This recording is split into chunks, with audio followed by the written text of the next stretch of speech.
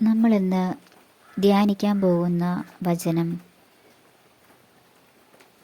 വിശുദ്ധ മത്തായി എഴുതിയ സുവിശേഷം 6-ാം അധ്യായം 34-ാം തിരുവചനം.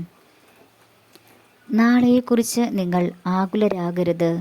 നാളത്തെ ദിനം തന്നെ അതിനെക്കുറിച്ച് ആകുലപ്പെട്ടുകൊള്ളും. ഓരോ ദിവസത്തിനും അതാതിൻ്റെ ക്ലേശം മതി.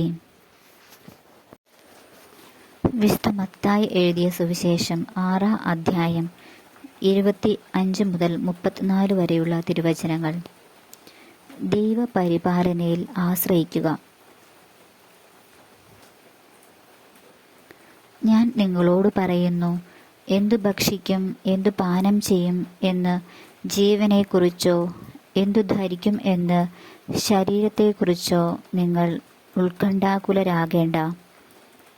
ഭക്ഷണത്തേക്കാൾ ജീവനും വസ്ത്രത്തേക്കാൾ ശരീരവും ശ്രേഷ്ഠമല്ലേ? ആകാശത്തിലെ പക്ഷികളെ നോക്കുവിൻ. അവ വിതയ്ക്കുന്നില്ല, കൊയ്യുന്നില്ല, കളപ്പുരയിൽ ശേഖരിക്കുന്നുമില്ല. എങ്കിലും നിങ്ങളുടെ സ്വർഗസ്ഥനായ പിതാവ് അവയെ തീറ്റിപ്പോറ്റുന്നു.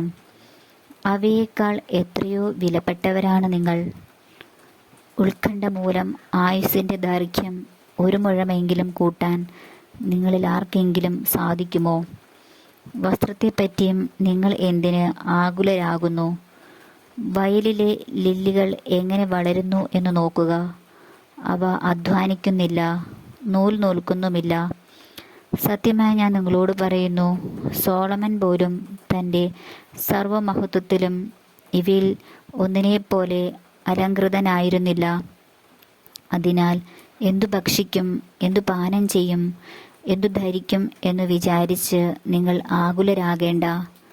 വിജാതീയരാണ് ഇവയെല്ലാം അന്വേഷിക്കുന്നത്. നിങ്ങൾക്കിവയെല്ലാം ആവശ്യമാണെന്ന് നിങ്ങളുടെ സ്വർഗീയ പിതാവ് അറിയുന്നു. നിങ്ങൾ ആദ്യം അവിടുത്തെ രാജ്യവും അവിടുത്തെ നീതിയും അന്വേഷിക്കുക. അതോടൊപ്പം മറ്റുള്ളവയെല്ലാം നിങ്ങൾക്ക് ലഭിക്കും. അതിനാൽ നാളെയെക്കുറിച്ച് നിങ്ങൾ ആകുലരാകരുത്. നാളത്തെ ദിനം തന്നെ അതിനെക്കുറിച്ച് ആകുലപ്പെട്ടുകൊള്ളും. ഓരോ ദിവസത്തിനും അതാതിൻ്റെ ക്ലേശം മതി.